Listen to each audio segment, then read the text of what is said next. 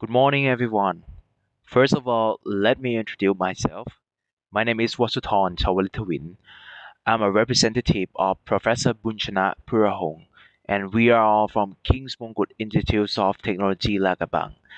And today, I'm gonna present the papers called Information Engineering Management Process to leading the student to become startup entrepreneur.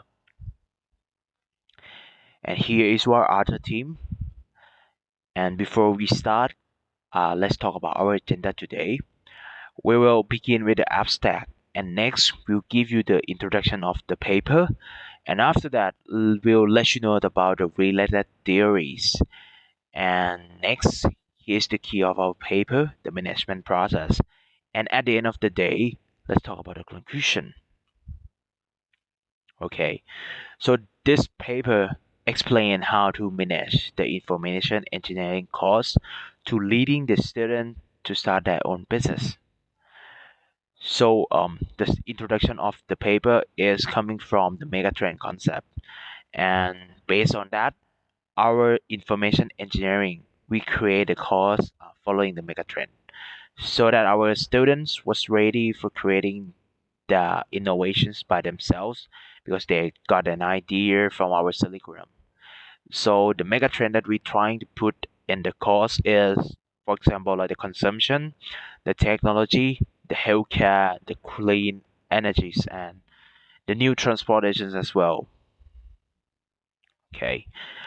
And when you talk about a startup, we need to think about the innovation, right? So when you talk about the innovations, we can divide into the four categories: the production innovations, the process innovations, and the precision innovations, and the last one is product innovations.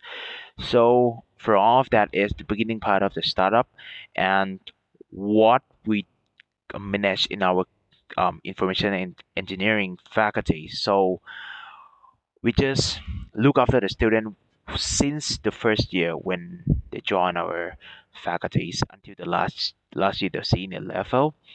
So we encourage the students to create their innovations, and we will guide the student to the startup way.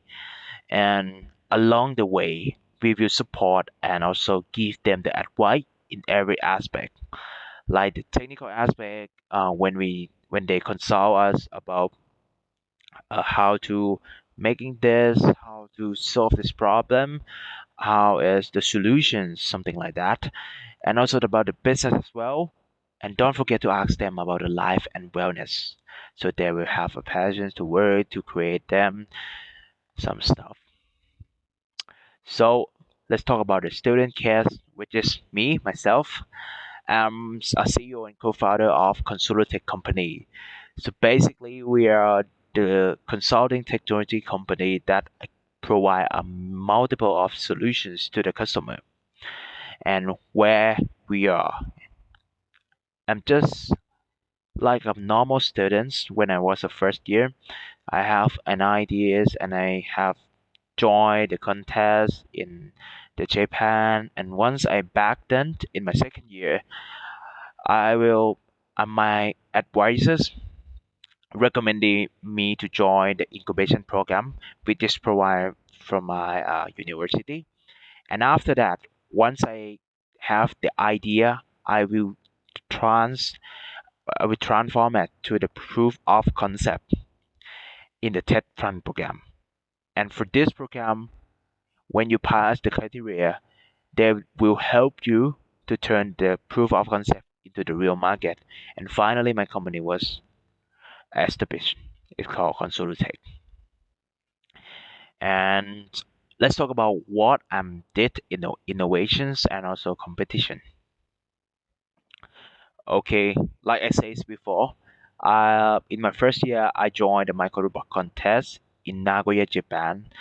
I remember that at that moment, I was thinking about we have a concept, a criteria to create a very tiny, a small, a robot. So that at that moment, I had an idea to represent our country, the Thailand. So at the end, I create the robot which is short of boxings to control them. And yes, at the end, we won the prize.